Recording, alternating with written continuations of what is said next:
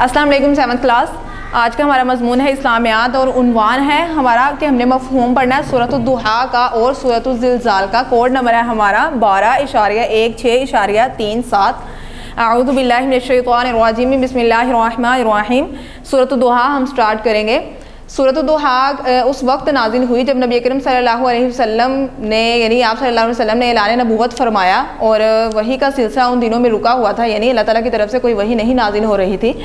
तो कुफार मक्का ने आप सल्लल्लाहु अलैहि वसल्लम को ये कहकर परेशान करना शुरू कर दिया कि अल्लाह आपके रब ने आपको तनहा छोड़ दिया।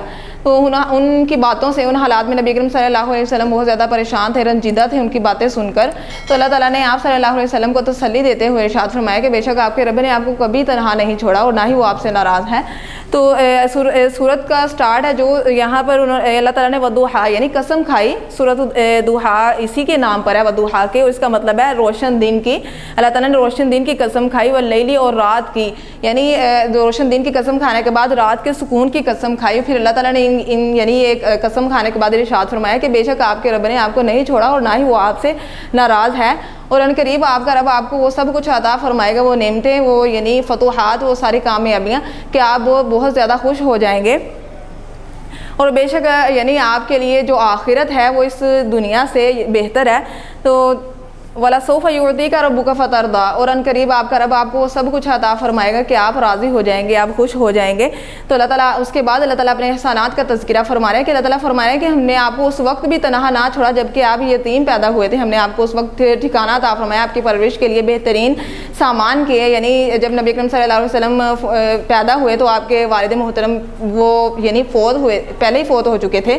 तो आप सल्लल्लाहु अलैहि वसल्लम यतीम पैदा हुए। जब नबी अकरम सल्लल्लाहु अलैहि वसल्लम 6 साल के हुए तो आपकी वालिदा भी वफ़ात पा गई। फिर आपके चचा ने आपकी परवरिश यानी जब फिर आपके दादा ने आपकी परवरिश की, और उस दादा के इंतकाल के बाद आपके चचा ने आपकी परवरिश की। तो अल्लाह ताला फरमा रहे हैं कि हमने आपकी परवरिश के लिए बेहतरीन इंतज़ाम फरमाया, और हमने आप सल्लल्लाहु अलैहि वसल्लम को अपनी मोहब्बत में खोया हुआ पाया और तो आपको ठिकाना दी। दालन का मतलब गुमराह यानी बिल्कुल भी नहीं है। खोया हुआ से मुराद ये नहीं है कि आपको रास्ते का पता नहीं था, बल्कि इसका मतलब ये है कि नबी अकरम सल्लल्लाहु अलैहि वसल्लम ऐलान नबूवत से पहले भी यानी 40 साल की उम्र में आप पर यानी नबूवत ज़ाहिर की गई। हालांकि नबी सल्लल्लाहु अलैहि वसल्लम तो उस वक्त भी नबी थे जबकि हज़रत आदम अलैहिस्सलाम अभी यानी मट्टी और रूह के दरमियान थे। उस वक्त भी नबी अकरम सल्लल्लाहु अलैहि वसल्लम नबी थे।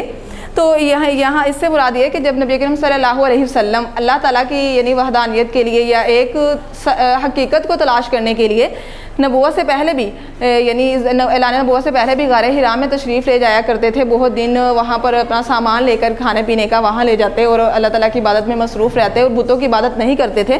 तो इससे मुराद ये नहीं है कि आपको सीधा रास्ता ना जानते थे, बल्कि ये था कि आप जानना चाहते थे कि अल्लाह ताला यानी कौन है, अल्लाह ताला की तौहीद के बारे में, वहदानियत के बारे में। तो अल्लाह ताला फरमा रहा है कि हमने आपको अपनी तरफ राग़िब किया, रहनुमाई फरमाई आपकी। वजदा का आइलन फ़गना, यानी आप सल्लल्लाहु अलैहि वसल्लम नादार थे, यानी जो जैसे माल दौलत की कमी होने की वजह से, तो अल्लाह ताला ने आपको गनी कर दिया। तो यानी अल्लाह ताला इन इनामात का एहसानात का तज़किरा फरमाने के बाद अब ये फरमा रहे हैं कि आप सल्लल्लाहु अलैहि वसल्लम इन एहसानात के बदले में यतीम को ना झिड़कें। अब यतीम को ना झिड़कें और ना ही साइल को यानी खाली ना लुटाएं, और अल्लाह ताला की जो इनाम नेमतें आप सल्लल्लाहु अलैहि वसल्लम पर की गई हैं उनका बहुत बहुत ज़्यादा शुक्र अदा करें, उनका तज़किरा करें। उसके बाद सूरतुज़ ज़िलज़ाल है। सूरतुज़ ज़िलज़ाल मदनी सूरत है। ये सूरत मुबारका, इसमें क़यामत का तज़किरा किया गया है।